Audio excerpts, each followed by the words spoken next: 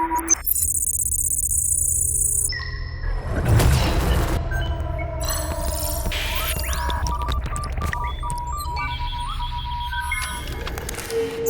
friends, and welcome to the Future of Gaming podcasts. 2 weeks ago, you saw Devin, David, Tim, and myself have a deep discussion about a few of the big problems with AI and what Web3 or how Web3 could solve them. Today, we have 3 people of that squad. Tim is MIA. We don't know where he is. Tim, we hope you're good. We have Devin Becker, gaming lead at Nami, and David Bennahum, who's the co-founder and CEO at Ready Games. Myself, Nico, I'm one of the co-founders of the FOGDAO and also an investor at Bigcraft. So we had a deep discussion. Let me try and bring you up to speed. I would highly recommend listening or watching that discussion first. I think that's going to give you a lot of context on why this is important. But the TLDR is that there's currently a dominance of the big 3 in AI. We have OpenAI, we have Google, and who's the third one? Meta, certainly. And we have Meta. And the problem is that if the data gets too centralized and we let AI take over a lot of stuff in our lives, a lot could go wrong. And so AI and the AI large language models need to be more decentralized. Another observation we made was that AI agents start to be autonomous decision makers. And so if the AI that they're based upon is too centralized, we could see some very adverse effects. You can imagine that Google is going to, when you let AI agents make holiday reservations for you, Google might have, people pay to have those AI agents choose those specific accommodation providers, for example, and you can see the rabbit hole where that leads to. The second problem we saw with the rise of AI is the emergence of deepfakes and fake content. I feel like that is, we've been talking about that for a while, but I have not yet seen a huge drama around deepfakes.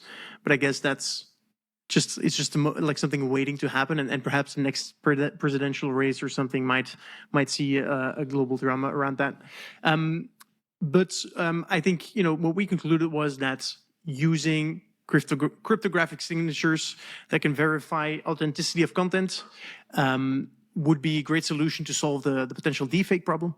And in addition, as we know, AI gets trained on data. Data exists on the internet, and we actually, as humans that operate and live a lot of our lives on the internet, contribute to the data that those AIs get trained on. Using signatures, we can actually do attribution. Oh, you wrote, I think, Devin, you might be the one that has written most words around the intersection of Web3 and games. And so whenever an AI tries to be smart around that, that's partially because of you or thanks to you. And so, using Web3 technologies, we could potentially do some attribution there and make sure that the creators and the contributors actually own part of the network and it doesn't become super centralized. So that's how I would summarize it. Did I miss anything super important, Devin? Well, I think some other pieces that we should probably touch on today is, what role does gaming play in maybe solving some of these issues, which I think would be very interesting to explore. There's also been some really big news, primarily the Worldcoin event, which many of you hearing me say Worldcoin might scratch your heads and say, what is he saying? A new coin? We'll get it. A new coin? What? It's the world's coin? I thought we had Bitcoin for that. The answer is no, there's another coin. But it is kind of important. We'll talk about it because it's directly trying to resolve actually a lot of the questions we raised 2 weeks ago. So I guess that makes us all feel pretty smart that we were talking about this, anticipating this big event. So I think we should look into that. And then I'll just mention one thing about these big 3, which were alluded to, I think, Nico, at the opening here. The pitfall here with AI is think of the big 3 as app stores, ultimately, that effectively their methods to run an AI is sort of like Google or Apple running an app store, which means what exactly?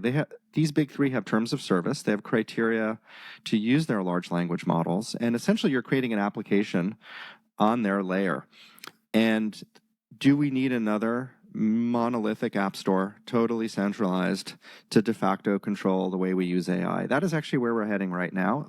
They don't really ever say, oh, we're app stores, because they know if they did, that would just be like pretty bad marketing, since app stores are just about one of the less favorite things in the tech community right now. But having said all of that, think of these big three as sort of silent app stores that are going to essentially get to decide who does what and why. And if we believe AI will be ubiquitous and powering, some people predict $7 trillion worth of economic, GDP globally within the next year or two, it's super uncool, to put it mildly, that we're going to be chaining all of that to what? 3 companies and their market caps. So just think of these large language models as app stores, and everything you build on them as, congratulations, you're in another walled garden app store. Well, ChatGPT actually has basically the app store right through the plugins, so we're kind of already there. Exactly. We're kind of there. But it's interesting people haven't put that together yet and been like, oh my God, we're just recreating another app store experience from 20 years ago. It happens. We've been to this rodeo so many times, people. So all of you building on ChatGPT, you're essentially enhancing the app store power of OpenAI is what you're doing. I really like that comparison, David. I'm reading through the book Metaverse, and how it will change everything, what it is and how it will change everything. And it's a really good book, but the fundamental problem with however we envision the metaverse is going to be the app stores and the 30% fee that they currently charge, which makes a lot of emergent business models hard to do, profitably. And so I really like that comparison. Yeah. So should we dive into the implications of this Worldcoin announcement and how that relates to everything? So for those of you who don't know anything about Worldcoin, it's basically a project coming out of Sam Altman. He's, been thinking a lot and building a lot in the tech space for many, many years. And it's not that Worldcoin is a new idea per se, but the announcement was that they're really ready to start on-ramping people. What this is a method to create supposedly a verifiable personhood on the, call it the internet, using cryptographic techniques. So essentially, what does that mean? It means they have these pieces of hardware called orbs. And what they do is you make an appointment to go to the orb, and you have your iris scanned, and everyone's iris is unique. And based on that unique iris scan, it starts to instantiate your personhood identity. And then from there, that becomes a kind of there's public and private keys that are issued around it, and with your public and private key cryptography, you can start to sign and do transactions and be verifiably you. That would be like the ultra short version explanation of what it's doing. There's lots of questions about sort of, is it doing it the best way? But before we talk about that, I would just say what it is trying to solve is the thing we were talking about in the last episode, which is, hey, there's a need, especially with the rise of AI, to be able to validate whether content comes from a person, if so, which person, or an AI, possibly even which AI, if it's from an AI. And explicitly, the Worldcoin announcement was very tied into that. Like, they made a point of urgency that the rise of AI methods is a justification for accelerating the rollout. Like, there's even more need for it, which I think in theory we would all maybe agree with on this podcast, because we were basically saying that last time. So the Worldcoin announcement is really tied into that. I think if there's many layers of critique that one could get into with this, and I'm going to be mindful about rabbit holes and not going too far in.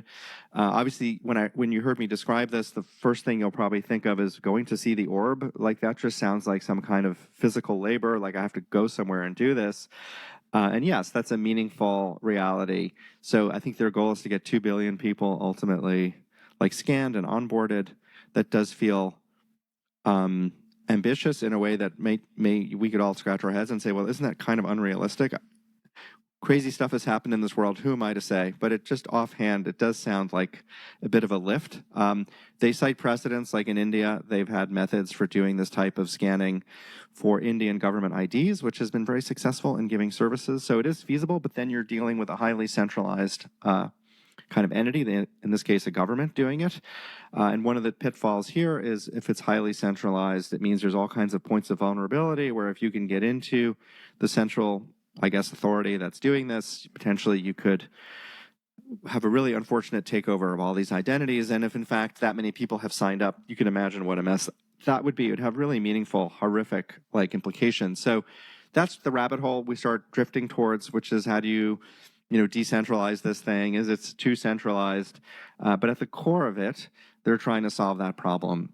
Now, the alternative to this is what we talked about on our last episode, which is more basing your identity by inference on your existing social graph and essentially identities vouching for identities.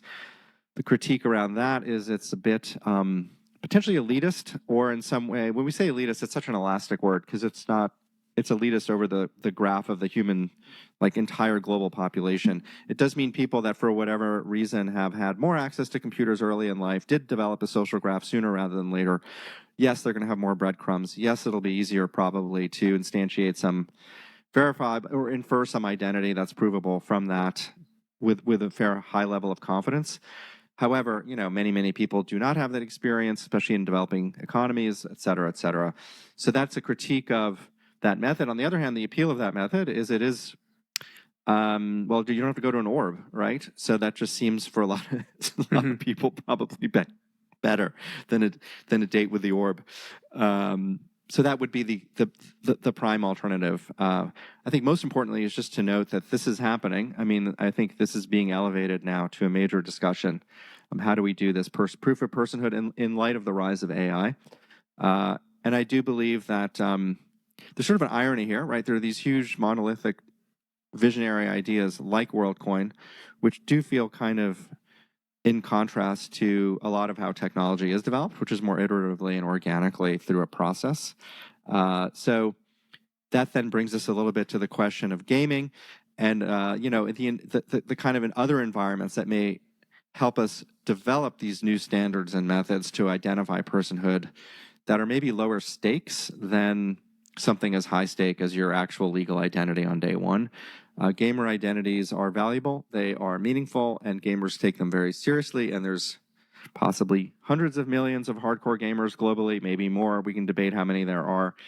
That's a seriously large data set to develop something, and the risk profile in doing it there is, yes, you might lose all your skins, and that is very upsetting to someone who invested a lot of time, and I empathize as someone who has fallen into that trap, or not trap, that joyful experience myself.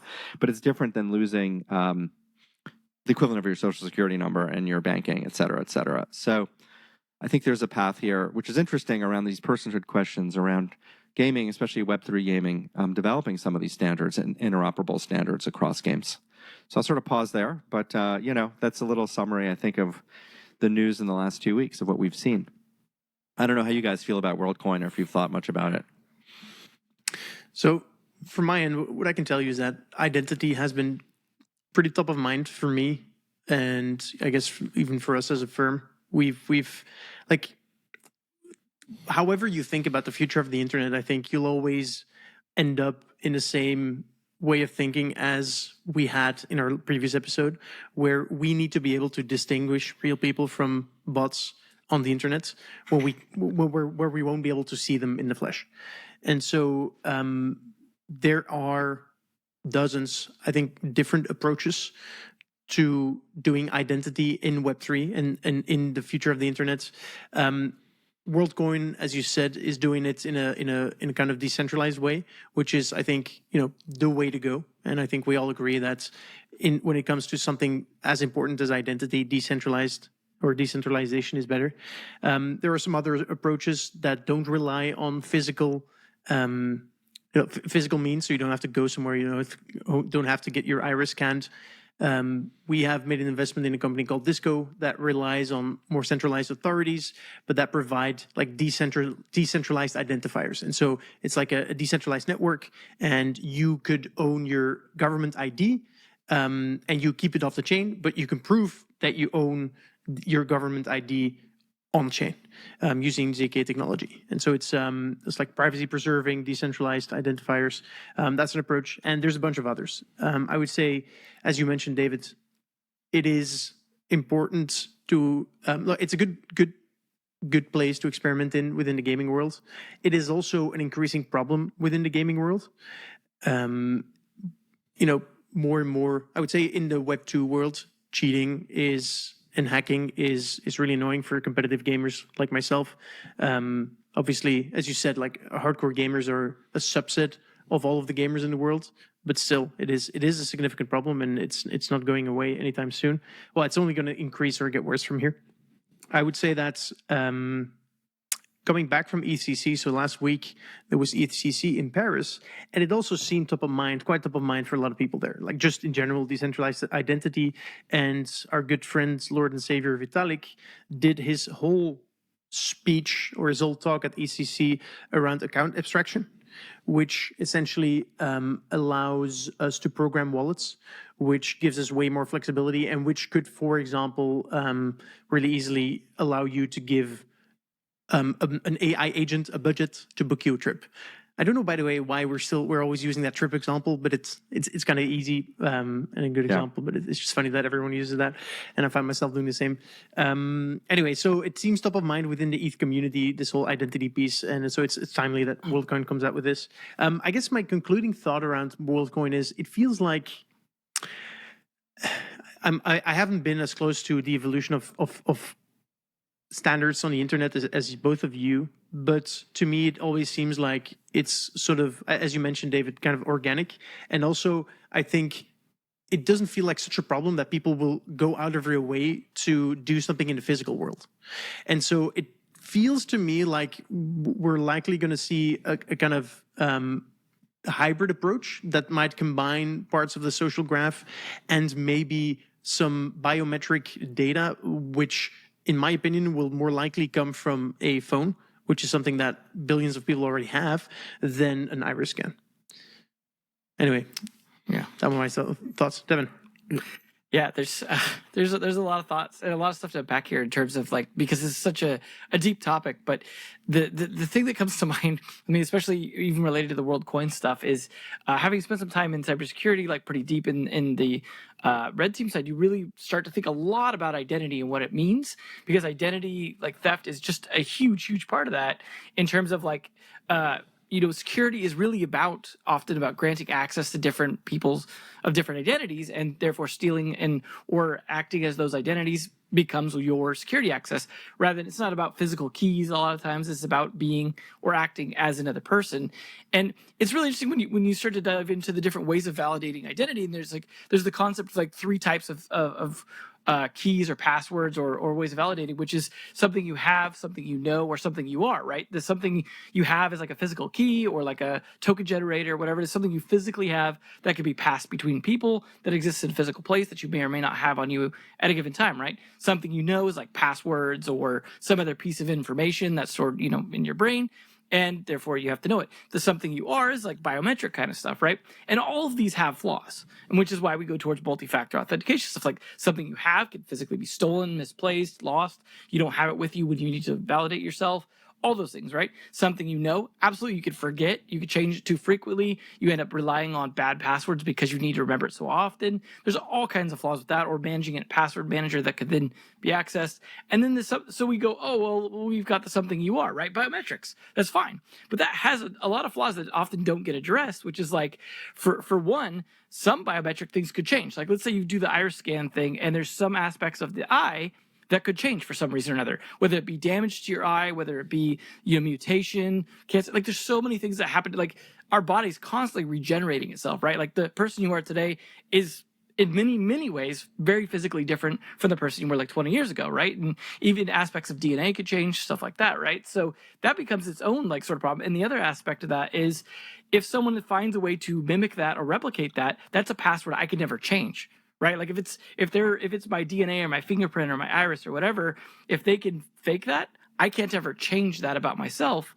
in theory, unless I'm like pulling a minority report and getting, dude to take out my eyes and replace them kind of thing. And so that becomes its own problem. And so all these things, like those are unsolved problems in identity. And like, so we rely on these different aspects or multi-factor and stuff like that. And so that becomes like a problem with Worldcoin is it's like, you're like, cool, we'll validate that you're a person. And we realize, okay, well, we can't do it via something because that's easily copied because that's information. We can't do it via something you have because, again, that's also potentially replicated or whatever, and like that doesn't work to prove personhood. So we go to the something you are. And as I just said, there's like lots of problems with that. But I think the fundamental question to start to ask with this stuff is like what we're trying to use it for. So like games example, right? So if we're trying to validate it's a person playing a game, right? You could scan my iris, but my mouse could be controlled by a bot. You could scan my hand, but my keyboard could be controlled by a bot. Like there's all these aspects to what we're trying to do with personhood or identity that like need to be so well matched, I think, to the actual application that if you don't, you actually start to run into issues, because there may be issues where you want to have a bot involved in something. Let's say I'm disabled in some way and I need to have some assistive software. That's been a big conflict in security and piracy control and all kinds of things where we're trying to like stop bots or stop other things, and then people with disabilities are screwed because they need that assistive technology. We start to get to the point where, like, if we're relying on AI or agents, like the travel agent example that you give or whatever, like if we're relying on agents of different kinds to do things for us, like that starts to become problematic, because it's like, when I do a Google search, right? Like Google's always like verifying, hey, are you a bot? Because like I'm doing these repetitive Google searches. I mean, just jumping between searching different things, but it's like, well, technically, no, my keyboard's doing it. And then that's being translated by my operating system into my browser. And like, so there's all these in-between layers that in any one of those, a bot could be involved. That's why we have like scripting programs and so many of these things. So this feels like this kind of arms race sort of mentality that we're trying to fight. And it's like, you have to at some point go, well, okay, why am I not allowing a bot here? What am I really trying to achieve? And if Google's like, for example, just trying to achieve, hey, we just don't want like a bazillion queries and you scraping our data. Well, then, okay, challenge that part of it instead of saying like, oh, click this check mark to prove you're a human once in a while.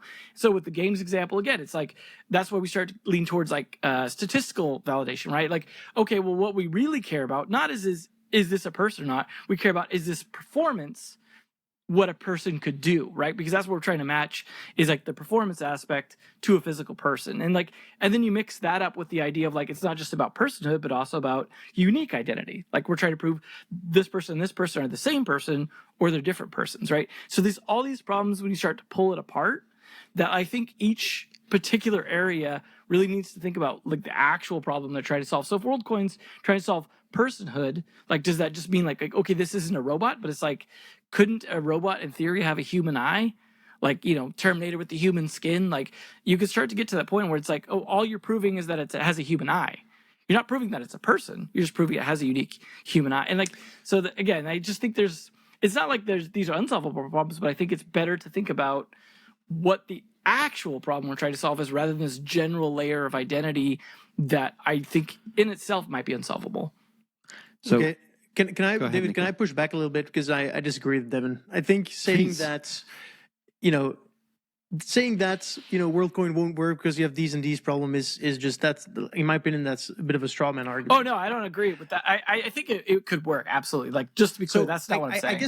I guess my point is that you correctly mentioned that, hey, if you do an iris scan and you can verify someone's identity when they log into a game, they can still use cheats to actually spoof the mouse movement or whatever you want to do, right? Fully agreed. I would say that we will need to have a stack emerge that will be able to work around fake or non-human interactions in a broad way. And we're going to need a tool set, because as you say, it doesn't solve, like, being able to verify that a person is one unique person doesn't solve the hacking problems in games, but it does solve the multi-accounting problem in games, because you won't be able to make multiple accounts. And then let's say you combine a Worldcoin type proof of unique humanhood with a anti-cheat detection. The moment you ban an individual for cheating, they can't make a new account and can't continue cheating, which is what people do. No, we totally agree. Like, that's what I mean. That's exactly my point, is you're solving specific problems rather than a general problem. And that's exactly what we need to do. And well, okay, there we go. But then we are agreed that what we're going to doing is providing a tool in the tool stack that I think is very, very necessary for certain problems. Well, let me just say, because I think you guys are asking, like, there's an underlying question: to what end is this identity being forged? And I think it's a good question. Like, what's the point of it? And I think the answer that comes to me is it's about accountability online. That at the end of the day, if you can verifiably say so-and-so did this, and the this can be affiliated to so-and-so, then there's a level of accountability. That's all. And like what the implications of that accountability is, well, that's a human conversation around, was it supposedly good action, a bad action, but either way, there's some accountability. And I think that's ultimately what it's about. So if you take, say, the cheat thing, for example, in gaming, which is a huge problem, part of why cheating is so endemic, especially in more hardcore games, is because there's no accountability around the player profile. You could theoretically create a new identity on Call of Duty, go in there and just crush it in the ranked matches and be a new player. And it's kind of like, wait, where did this new player show up from? I guess they're really good at this game. And there's not much you can say about it. And you can maybe infer, it seems really weird, like an edge case, that this new player shows up and is so good on day one, like there's no ramp in. And the answer is, yeah, they're probably using, cheat software. Now, all this is a lot of inference. It's like very elastic. It's pretty murky. And by the way, the game companies tried the best they can to use these inferences. They do actually do this kind of stuff. This would be a model algorithmically how you might flag somebody as a probable cheater, is that they've just showed up. They're a new player. Their trust score, in a sense, is really, really low. Now, in an environment where there's verifiable identity of some kind, and yes, you could create new pseudonymous identities on the fly, the fact that these pseudonymous identities are clearly brand new, like have no inference from other gaming environments they've ever been in, and they're amazingly good at the game, well, it's like 95%, we can make up the percentage accuracy here, but it's incredibly likely this is not this superhuman skilled 11-year-old that just showed up magically from outer space. It's probably a bot, right? And because you have that ability to like affiliate to the verifiable identity, it makes it easier to make these decisions. So a lot of what happens in the non-digital world with provable identity, like kind of using your social security number, your credit score, all this stuff, which is a lot of inference, by the way. It's just trying to predict your behavior in the future. Like, are you likely or not to pay back your loan or something? This is allowing the same kind of predictive behavior to occur. Is it perfect? No. But is it like the putty or the fuel that can allow for this? Maybe the putty is a better description, that you can construct something. Yeah, it makes it easier to construct something.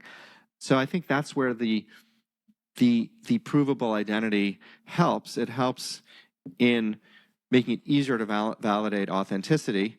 It doesn't make it perfect by any means, but it makes it easier. And then that creates a kind of social pressure in a way to cooperate, because you want people to know that you're a really skilled game player, so that when you try their game for the first time, because it's a new game, and yeah, you're going to rocket to the top of that leaderboard because, hey, it's a new game. The game company is pretty confident that like, oh, this is a real person. It's the same person who is like really good at these other games that are like mine. So yay, I have a high quality new player that showed up. In fact, I'm really excited they're here. I'm not going to get into a rabbit hole around like, are they cheating? Because I know from their provable identity that they are that kind of player. And then that player clearly has an incentive to nurture and cultivate that provable identity, tend to it like a little garden, because they know that it's a bit of a passport that gives you access to things. It's a little bit like our LinkedIn profiles, where I think over time, I've been on it, I hate to say it, for like over 10 years, 15 years. I don't know. It's a really long time. But I've definitely tended to that thing in a way that I wouldn't really care as much for Twitter, things like Discord that I'm also on, because they don't have the same value as an identity that LinkedIn does in the context of professional work. And so we've all tended, I think I'm speculating, all three of us have kind of cultivated our LinkedIn profiles pretty carefully over time, because they mean something to us. They're provable in a way that's important. And I feel like in a gaming context, you're going to see the same thing. Your gamer profile is, for more serious gamers, a kind of LinkedIn profile of gaming. And that will make it easier with provable identity to reduce cheating and at least make it harder to get away with it, just because your social graph showing up like this just seems highly correlated to a cheater. It's just an inference thing at the end of the day.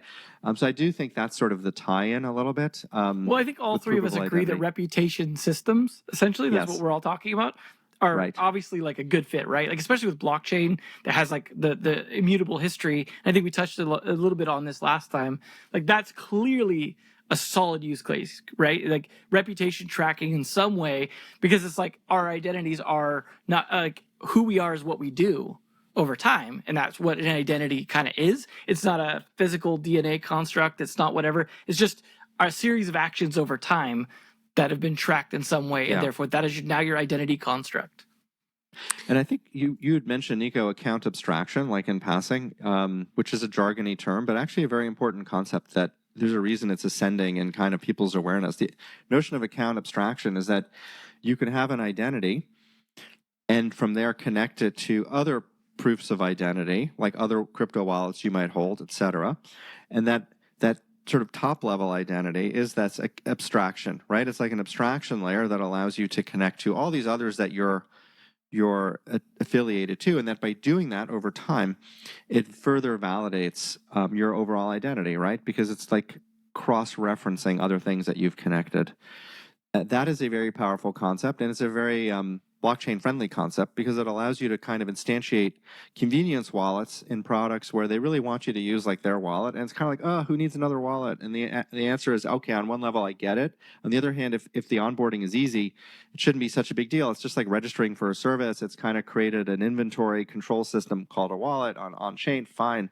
But then the ability to like affiliate all those little wallets to one identity is an incredible convenience feature for the person, because now they essentially have a little management dashboard where they can be like, here's my MetaMask wallet, here's my so-and-so wallet, here's my other wallet.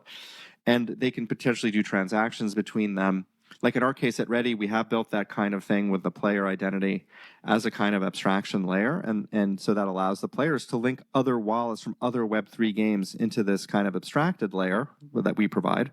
And the idea there is, yes, it's a huge convenience feature. If you want to move assets or sell assets across games and those games use different wallets, this account abstraction makes all of it quite easier for that player. It should be gamified, it should be fun. None of this should be hard, and it isn't hard. It's actually pretty cool. It starts to feel like you're tidying up your digital life in a way that for those of us who are into tidying up, we'll appreciate.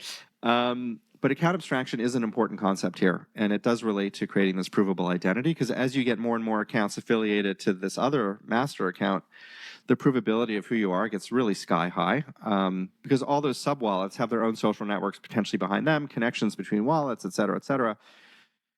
It's all this is opt-in, by the player. And in the case of gaming, it's a very juicy opportunity because that's actually where you're seeing a proliferation of a lot of wallets is inside of Web3 games. Lots of games, lots of different wallet systems. Mm-hmm. I think I think it's really important, the account abstraction. But what I think is equally important, and without which I think we'll never see any like decentralized identity take off in any meaningful way, will be privacy preservation.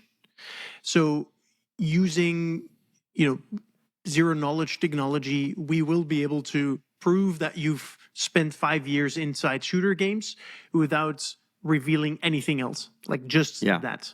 And that will, I think, that is one silly example of really important technology, like to be able to prove that you've done something without giving away some of the other details, proving that you have a degree without having to say, how long it took you to get it, or proving that you're a citizen of a country without giving away your name, stuff like that. I think, sort of like notaries in a way, right? Like you have this third party like validate for you, and then like their reputation is like proving that for you.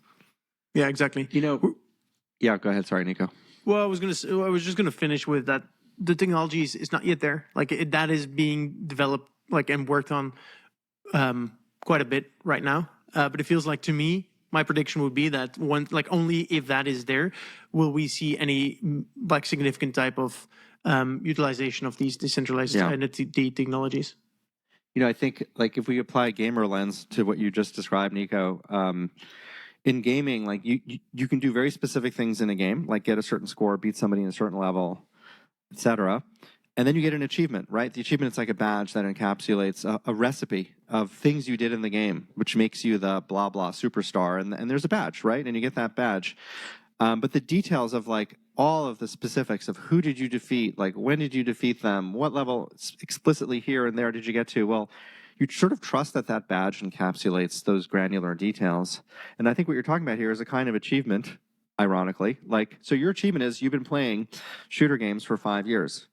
The question is, who issued that achievement badge, right? There's a question of authorship there. That's really interesting. That's probably the most important question. How do you actually get that? But it is an achievement. And I think that abstraction layer is the achievement layer, to keep using gamer jargon, that essentially we all have achievements Like you achieved going to college. Congratulations. Like what college specifically? Not saying. That's just the high level badge, like college achievement unlocked. Now you may opt to ultimately say I also went to XYZ University, and that could be revealed, right? But that's on you a little bit to do. But certainly achievement unlocked, like graduated from a 4-year university. You know, achievement unlocked. You are a U.S. citizen. To someone's point, you know. I don't know if that's an achievement, by the way. That just is what it is, et cetera, et cetera. So in a gamer framework, it's a bit like, you know, you can have endless recipes for achievements, and then you can have authorities that issue these achievements that have ways of deducing them that I guess you opt into. And I'm now brainstorming here. Like presumably the way this would actually work is as a player, you would give some more granular visibility into your on-chain graph. Like you did play all these games. It's verifiably provable on your chain. You're giving permission for this third party to do it. It's sort of like the equivalent of RSA or some security company whose job is to validate stuff. They go in and they basically look at your granular data and they will emit like one of 1,000 achievements they have in their portfolio of achievements. And you can go achievement shopping basically for the badges you want. And then that becomes its own kind of thing. And then the question becomes, well, who signed it? And if the achievement authority is some well-known junk authority, whatever that means, then we can discount it as like, not only is that a junk achievement, you're the kind of person who would try to do this. Ew, like it's almost like a double negative. So not fooled. And then there's maybe prestige achievement authorities, and maybe you do have to spend $20, which gets into equity questions. But yeah, you have to. There's some compute power, some stuff that goes into it to give you that achievement. But then you do it because it's a one-time cost, like to prove that you graduated from college. Yeah, maybe that's like a $10 achievement. You're gonna have to pay somebody $10, like that trusted signing. Why would they do it for free? That makes no sense. But then it's fine. Maybe it's worth it. After all, didn't you just borrow like a sickening amount of money to go to college in the United States? So what's another $10 to validate your 4-year degree? That brings up some interesting problems because there was like related to degrees like that. I recently learned a little while ago about like the sort of Indian like diploma mill sort of like weird sort of thing that they have going on where because they very much value like degrees out there, and also that becomes a lot of part of like getting visas and things like that. There's this whole industry around like helping people get degrees that they don't really like deserve, like the fake degrees in a way that got pretty elaborate to the point where like they go in and they'll really take the real test, right? But they'll have like an earpiece telling them the answers and all these things. So it's like, yeah, technically they got the achievement, right? They took the test, they validated, they proved it. Technically, in a way, they actually did get the achievement, right? But then it's like that they start to come up with all these sketchy ways because you have like that achievement itself is now the value.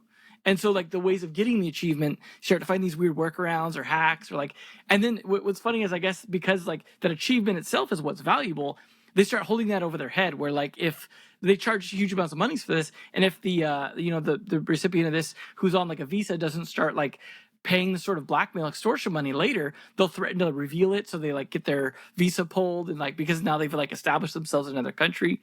It's this whole weird like industry that gets to it. But my point being like the trust, the stuff that you guys brought up is like super essential to this, right? Like the trust authorities that are signing these, we have that with certificates right now, or already on the internet, exactly. right? Like signing SSL certs and like all this stuff. It's interesting, like because at the end of the day, no matter what we do, like there's always this trust system that we have to deal with. Like, you know, you guys are talking about decentralizing stuff, right? And it's like there's this idea of one of the things that's valuable about centralization is sort of like fixing issues, right? If you have a problem with something, like even like when you make a transaction and getting a refund, like we count on banks or other centralized authorities to like handle that refund process because like you could code a certain amount of things into code.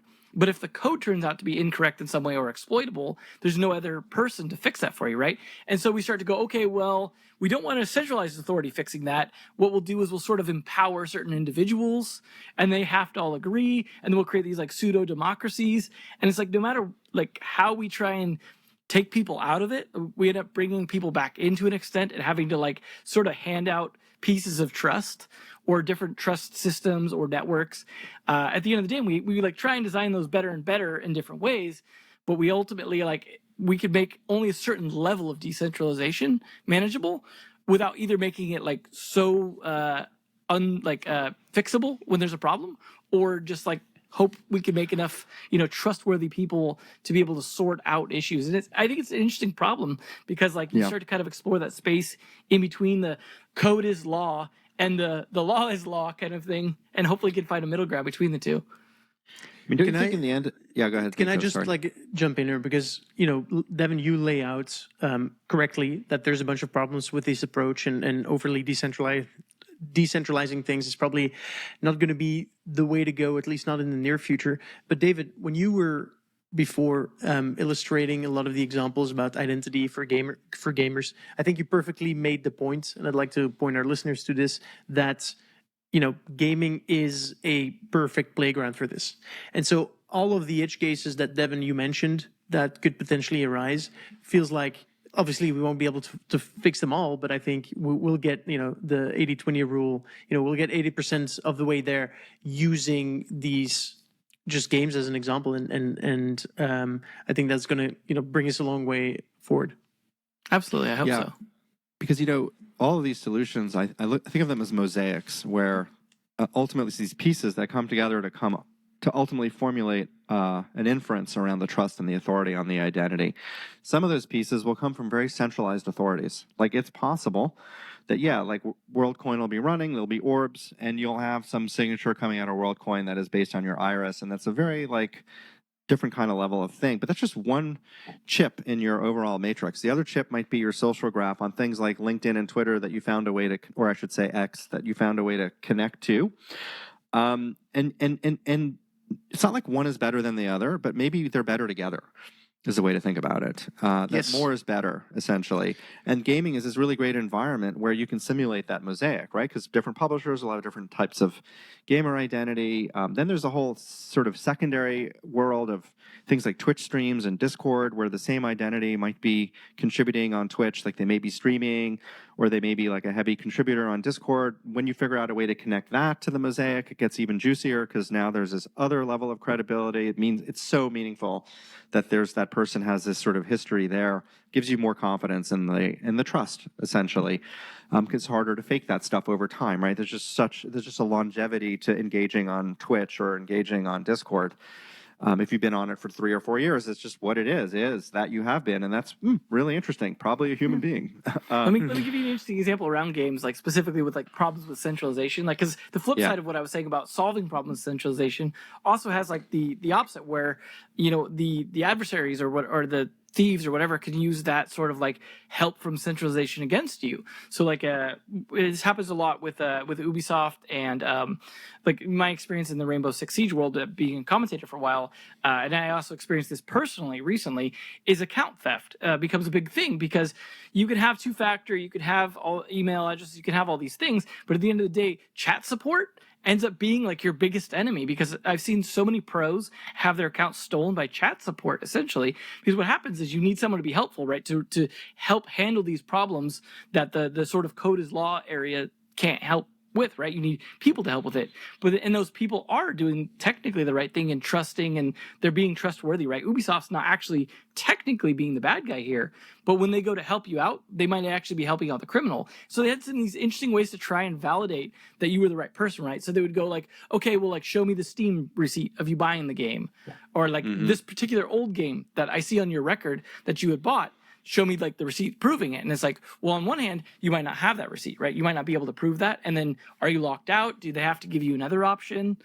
Things like that. Or they had the case of like a lot of these thieves forging these receipts. And then now it looks like they're actually more legit potentially than you, because if they have that receipt and you actually don't, they can quote unquote prove it and you can't. So I've seen this happen quite a bit, and I even had my account stolen recently because I had charms and stuff like that were like somewhat exclusive from like having been part of events, and that made my account valuable. And so they contacted chat support, got them, like tricked them into giving them my account. Basically, I caught it pretty fast, managed to like start to kind of reverse the process to try and contact them again. And luckily, just because of my like notoriety and people knowing who I was, they actually contacted me and like we sorted it out, and they ended up giving me my account back as like a happy ending. But that's not the normal way it gets sorted out. They almost have to, like, a lot of these pro players will have to go to higher and higher authorities to like somewhere at Ubisoft and use their status to try and get their account back. And it's like lesser known people that aren't like pro players or stuff like that, just generally aren't going to get their account back half the time. And it's interesting because it's like we do need sometimes that sort of like arbiter to sort of sort things out for us, but that cuts both ways. And I think it's kind of interesting. Like, and you see, have you ever seen like trying to sort out identity theft, at least in America, can be this huge mess where sometimes the thief can prove better than you can that they're you. And you end up with this just quagmire for like a decade of trying to prove that you're that person. If you like say don't have a birth certificate or something, which is like the receipt of your birth, basically. What I think you get into, if you think about account abstraction, like there's this top level sort of master identity, primary identity. And if one gets access to that, you're like, okay, that seems to have horrific cascading consequences, like getting control of your social security number in that context. But in the world we're talking about, where there's like subsidiary identities affiliated to the primary identity, a breach into a subsidiary identity may be more fixable in that context because it's clear that the parent of that identity is meant to be this immutable higher level thing. And if that thing is still secure, then maybe repairing the subsidiary identity, like your gamer identity where you had your charms or your gems, is a subsidiary, a child to some parent. Maybe it actually makes this recovery easier, right? Well, that's kind of how we're using email norms. in a lot of these situations, right? Where a lot of the times that your email is that sort of parent identity in a lot of these systems. Like that's your password recovery, whatever. So like, I mean, it's a terrible one, right? But that's the one we've kind of like stumbled into over time. It's not as terrible as you think, because when you put that in with two-factor authentication and some other techniques, it's not so bad. I mean, that's why we keep using it. Probably it's not perfect, to your point, Devin, but it's not the worst it could be. Right, exactly. And, but it's a good example. To get back to David's point that you made before Devin's anecdotes, I think the interesting thing is that the more identity solutions we have, it's like having a password where you can add more characters. And the longer it gets, it actually exponentially gets safer. And so if you have multi-factor authentication with, 10 different providers, as annoying and unusable it becomes, you're kind of pretty safe. And so, there's always going to be this trade-off between convenience and privacy or safety or security in this case. But if we can combine, if we can find an easy way to have people use, multiple types of identification on the internet, there's this critical mass where it becomes very, very hard to beat that. Here's another, it just came to me as a thought. Like in this world, you could essentially appoint like 5 key validators that are humans, that are like, you're basically it could be like your parents, your close friends, what Facebook your siblings. did basically. Right? So I've identified these 5 people canonically who also have reputation, they're online, et cetera. They have on-chain identities. And if someone were to steal like my primary identity, I could pick up the phone, call my 5 people like very quickly, or do a group chat to all of them or whatever it is, and be like, guys, just send up the flare saying my primary account's been compromised. All 5 of them have to pull the lever. They do. And then whoever seized your account, the whole thing goes on ice pending review, and they can no longer just do any transactions. It's just Facebook did exactly that solution. Switch. They did that when you would assign friends as validators for you, and then like if you lost access to your account, you could actually have a friend help you regain it. And so like that's actually at least been experimented with in the wild. I think I haven't used it personally, but it seemed to work. It seems like a pretty juicy way of solving this aspect of a takeover. It's actually being done for cryptocurrency wallets, social recovery, where it's awesome. It's a multi-key or a multi-private seed, and like it's actually how a bunch of smart contract wallets are also being done with 3 different keys, where you own, like, one is through a password, one is through your device, and the third one is owned by the company that makes the game, for example. And so this is being done for social recovery as well. I like how there's no original idea. Whatever you can think of, not only has it already been thought of, but someone's built a company to do it. And like, you're so behind. This is what we were saying on the last episode as well. It's like, the more we try to do new stuff in Web3, the more these things have actually already been done or tried 20 years ago in the emergence of the internet, ironically enough.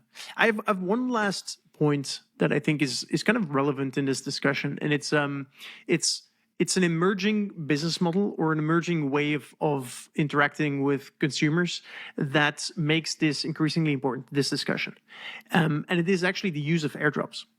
So the use of airdrops is essentially, when you make a decentralized network that's governed by a token, you can reward people that participate in your network by dropping them tokens. If you spend some time on Twitter, like me, you will see the term airdrop farming or not yield farming, that's a different thing, but like airdrop hunting. And it's essentially people that speculate on networks that haven't issued tokens yet and that believe that if they take certain actions within that network, and this usually happens with new L1s or L2s, if you make an account, if you do a transaction, if you buy an NFT, if you do, if you vote on a governance proposal, you receive at a later date retroactively tokens for that. And so, there's a lot of I know one person who has employed a few dozen people in lower income countries that do all of these actions for them. And equally, I know of another company that wants to airdrop tokens and is facing this problem, which is this airdrop farming. And so, this problem is solved by this whole discussion. And it's interesting that a business model that gets created by Web3 is now also given an extra incentive to solve this identity problem. Feels like this proactive reputation farming, like this idea that if reputation becomes key to identity, right? Like this, that people create, because I always speculate this idea that like if reputation is important, or like your actions, right? Like on the blockchain, wherever they're tracked, that your actions have some importance, that people start to create new identities and purposely try and like seed them with whatever reputation needs to be done, right? Like, because you guys are talking about like time as a cost, right, to these reputations, right? Where like, oh, it takes time to build up an identity, and that's really the cost, similar to like the disincentive to what like creating fraud on blockchain networks, right? Like it's just so prohibitively time or cost expensive that like generally it doesn't make sense to commit this fraud. And like if we can have if there's enough like divergent identities that people spend time cultivating or building up, like the LinkedIn example, if I take the time to create a brand new fake identity, right, with like fake stuff, and then spend time over time to build up that identity on LinkedIn or whatever, build up a reputation, build up a network, and then now that has like a new value as a brand new identity, stuff like that, reminds me of that, like with the airdrop farming. But it's like almost like this karma system, or like this reputation farming, where you're like, let me go do these deeds that might be considered rewarding in the future, and like farm that karma and hope that someday like that karma is rewarded. it's just kind of a funny concept that I don't think is like technically new, but it's like the technological level added to it with like blockchain tracking and other reputation tracking makes it kind of interesting, without those things sort of being like relatively immutable. Like, what do you do if you find out those people were doing that? Like, you can't go take away their actions on these immutable historical things. You just have to decide, like, how do I separate like the people committing the good deeds for the right reason to the people committing the good deeds for the wrong reason? Isn't this also a function of badly designed airdrops, Nico? Because at the end of the day, like, if the thing I think of the airdrop as a kind of a coupon or like a reward ticket that has future value as an early adopter, right? But if it's not transferable, meaning in the smart contract you just can't transfer it to another wallet, then it has no resale value unless you have to use it yourself. So then it's like, maybe, I'm just speculating here, but to the degree to which these things are transferable undermines their purpose, because it rewards this type of farming, because that's the residual value, I assume, is that because this project is successful, the lucky people with these airdrop NFTs get a benefit. But if you can't transfer it at all people you sell can the do wallet. is use it as what? Well, People sell the wallet. People just sell the wallet, just like selling the account in a game, right? Yeah, and then that gets into another question about how you design your wallets, and like, that whole piece. It's tricky. I think it is tricky. So, David, just so I understand your point, you're saying that if you just made the tokens non-transferable, you solve the problem of that airdrop farming? Well, I think Devin brought up the point that if you create a new wallet just for the purpose of these airdrops and don't put anything else in it, and then I guess sell that wallet, you've hacked around what I just said, which then raises the interesting question about, should the wallet have been around for a while? Are there other things in that wallet that don't come from you? Is it a completely empty wallet? It's almost like wallet qualification, where the switching cost of moving that wallet is high. the problem with all this is these people who do these airdrops, they just like the headline number of all the participants. It actually works for them on a marketing level. So there's a bit of cynicism here. They're not actually neutral. They kind of want a lot of headline numbers. So they don't want to create friction to get the NFT. But to your point, Nico, like, what's the quality of those people? The answer is it could be really, really low. So then it's like, well, are there quality checks here? Does it benefit that entity to only airdrop into wallets that have been around for a certain amount of time, more than X months, that have other things in them, that have shown at least $10 worth of transactions in and out of them? Of course, once you do that, you dramatically reduce your funnel on the top of conversion. And so some of this, it's kind of like, what are you guys really up to here? Like, these trade-offs. You tell me, like, do you really believe in your product? Is it super awesome? Or is this basically something not so awesome? You're just doing a momentum play. Well, then there's a lot of signals for other third parties like investors to maybe look at those and then question, those airdrops are really junky. Like, I'm not impressed with the fact there's 500,000 people who claimed it, because the way those things were done, I can kind of look at that. That gets to analytics on chain.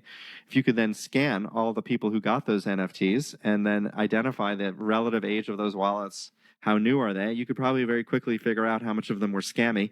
And maybe as an outside investor, I'm now speaking like for Bitcraft, you might be like, there's some really negative signaling here. We did the analytics using our other portfolio company, by the way, which is amazing at doing on-chain real-time analytics around smart contracts, which I'm sure you've invested in an amazing company that does that. Then you would use that. To me, it sounds like just like credit scores. Like, right, yeah. where we're talking about like credit scores, like we're like, oh, hey, your credit's too new, so your score is like doesn't count now. Your credit needs to be a certain age. You need to make certain types of transactions, and so it's like credit score has been iterating on these designs for quite a while for basically a numerical reputation system. Not that isn't without tons of flaws, but like it's an interesting example that's been like publicly done for a while. So then you can do a bell curve on the airdrop, and like what's the median on that curve in terms of quality? And if the answer is it's not so great, well, congratulations, your NFT airdrop program. How many bots are you willing to accept in there? Exactly. It's funny how, Devin, the point you made of seeding your reputation, your online reputation, is actually very similar to, I know you don't need it, but you should take a loan to start increasing that credit score. It's a very American thing. Like, I wouldn't. Yeah. It's what I've seen, right? I have no idea. Buy something over the weekend on a card I like never use, and I'm like, well, I probably better use it because that's the only way I'm going to build credit on this card. Even though I don't know to build the credit, I'm like, I have this card sitting around. I need to make this transaction that's right about the right amount. I don't need to use this card, but might as well because it adds to my reputation score. Which is like, again, that's not a good signal, but like I'm following their rules, so yeah, which is. This is actually like, I guess, like another huge tangent on how this could be used wrong, right? We mentioned that if this becomes like credit score and we start disallowing people certain activities or certain wallets, I don't know how that will work. And I guess again it brings us back to gaming being maybe a very low level or right. This is all impact. Game design, behavioral design. Like this is what game designers do, is exactly this kind of stuff. It just also allows for a sandbox for us to test these things in. And absolutely. Is it fair to, if someone has a completely fresh account, never played a game, wants to play a game, and suddenly is doing very well, is that immediately flagged as a cheater or a smurf, or how do we handle these things? And is it fair to maybe force them to play against other people in the same category and these types of things? Yeah. Good. Felt like we went in a bunch of deep things here. I enjoy these conversations. These are fun. Good. Devin, David, any final remarks before we end this? Just, it's awesome to be working in gaming right now with all these fascinating questions being so right in our faces and able to do something about it. So it's a really fertile moment. I agree. And to just know that there's so many people in this space who have dismissed a complete technology stack because some people sold some JPEGs on the internet, and now everything that it has Web3 is bad, is just very ironic and in a way also kind of frustrating. No, it's a great signal, Nico, because the one thing we know is all the lemmings are wrong. And we've seen this for 30 years in technology. Like the day people start following the lemmings, they're just going to get their hats handed to them. So I'm happy not to be with the lemmings heading for For the some cliff. reason, no one seems to get the hype cycle. They haven't figured out how that works yet. They always just see the first part and they go, "There's not going to be a second part. Trust me, that's dead." You know, those kinds of things. The short-sightedness of people generally is amazing. Is astounding. But I do think this identity stuff is such an interesting deep topic because it can go all the way to the spiritual, like metaphysical, whatever level, or straight down to the technological, individual problem-solving level, and it's such a spectrum of things to explore. But it's like, in a way, like it is fundamental to like humanity and what we consider ourselves, and there's so many like different angles on it, and that's why we can go in so many different directions in this topic. But I think exploring it through games, as you said, Nico, is such a fun way to like go about that, whether it be like through a werewolf kind of thing like Among Us, or it be just exploring what it means to allow alts in an MMO. And like there's so many topics here that games at least touch upon in a way that as you guys pointed out, is playful enough that we don't have to like take it so seriously that we can't at least explore solutions without being super scared because it's not government policy. 100%. Good. Awesome. To be continued, I'd say. I think there's going to be some more news around this where we can do something around, and maybe we can also get someone that speaks with a lot of authority that's actually building within this space, this specific space, to opine as well and see what they're working on. Good. Thank Devin, you, Nico. David, thanks as usual for joining. This was great. And listener, thank you too. Hope you enjoyed, and let's catch each other in the next episode. Ciao. Ciao. Bye.